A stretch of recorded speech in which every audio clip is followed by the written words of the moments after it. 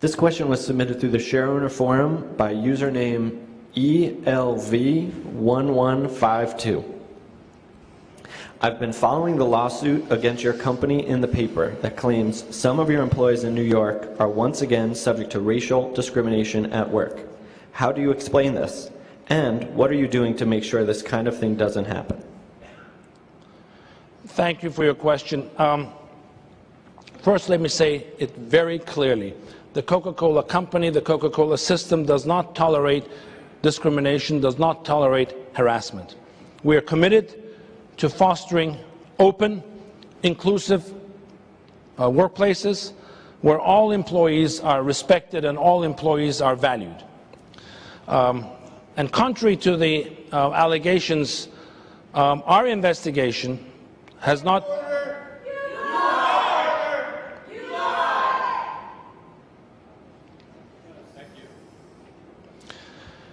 Our investigation has not uncovered a culture of workplace discrimination. In fact, many associates, minority associates, have come forward to strongly disagree with those allegations of discrimination. We're proud, repeat, of the diversity of our workforce in both of those locations, Maspeth and Elmsford, and also in terms of the team, management team, as well as the hourly workers.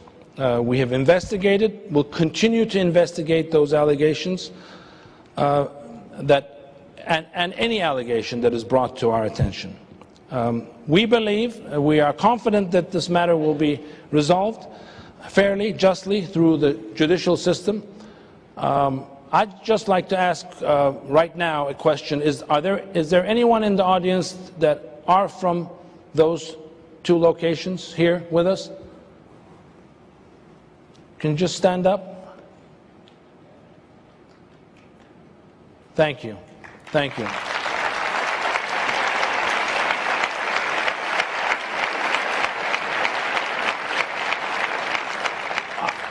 And I'm afraid I cannot... will you please let the meeting continue, Mr. Rogers? I represent 16 of the people involved in the lawsuit. I'll come to your question. Please be seated. And I cannot comment any further on this matter because it is a pending legal matter.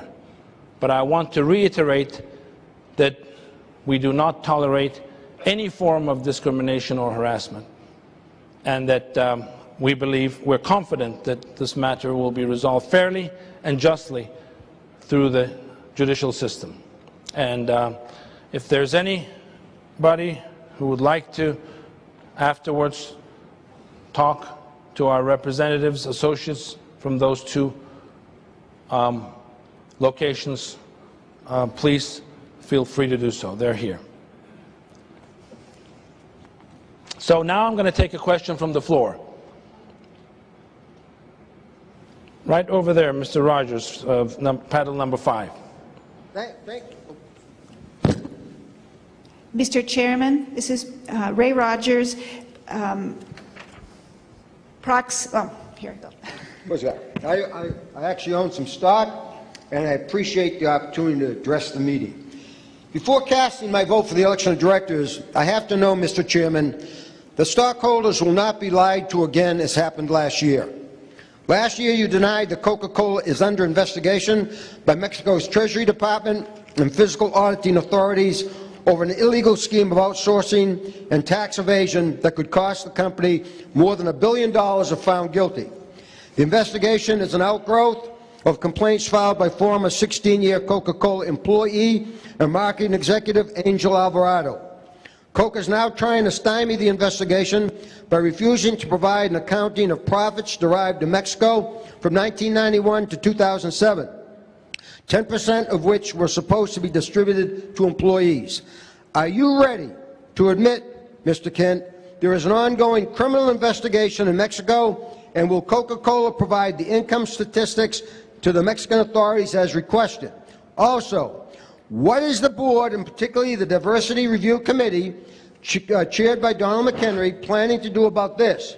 I'm going to talk about the racial discrimination lawsuit filed in January in New York that says black and Hispanic workers produce Coca-Cola's beverages in a cesspool of racial discrimination, that there is an endemic culture of racism at Coca-Cola that runs through its management and supervisors at its New York bottling plants in Alfred and Masbeth.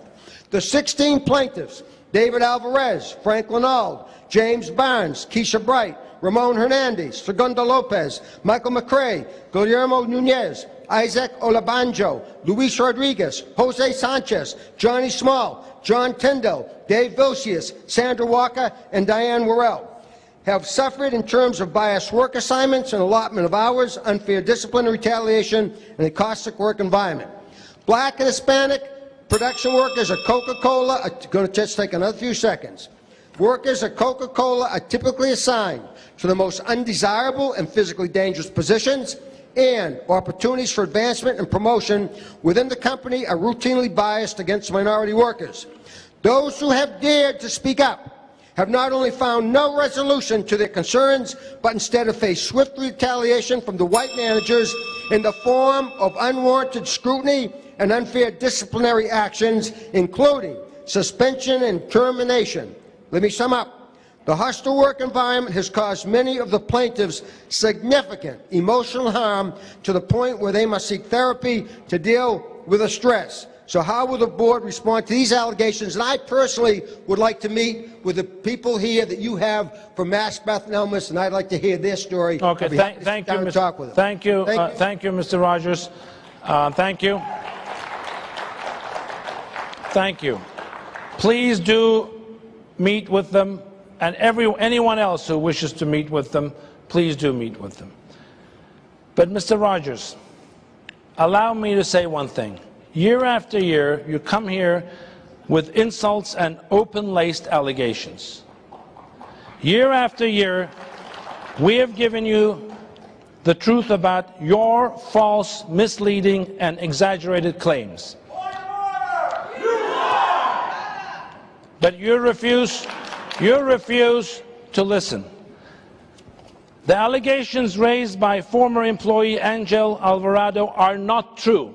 Full stop. There are no pending investigations by the competition authorities or any authorities in Mexico involving our company. Full stop.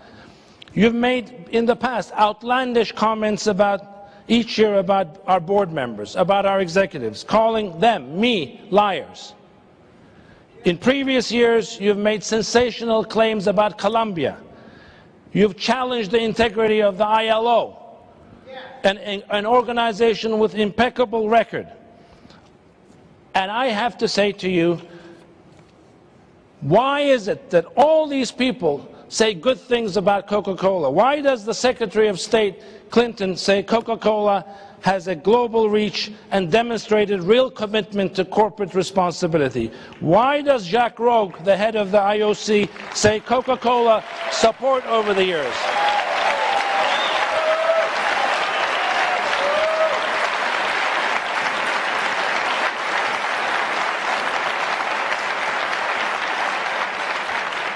Why does President Calderon say that the 31 million trees that Coca-Cola has planted in the last 3 years in Mexico are 1 year ahead of schedule? Why does Carter Roberts say the things he said? And why does Melinda Gates say Coke's success is relevant because if we can analyze it, learn from it, we can save lives? And finally, why does Bono say Coke adds life, now it's saving lives? So all these people are wrong and you're right.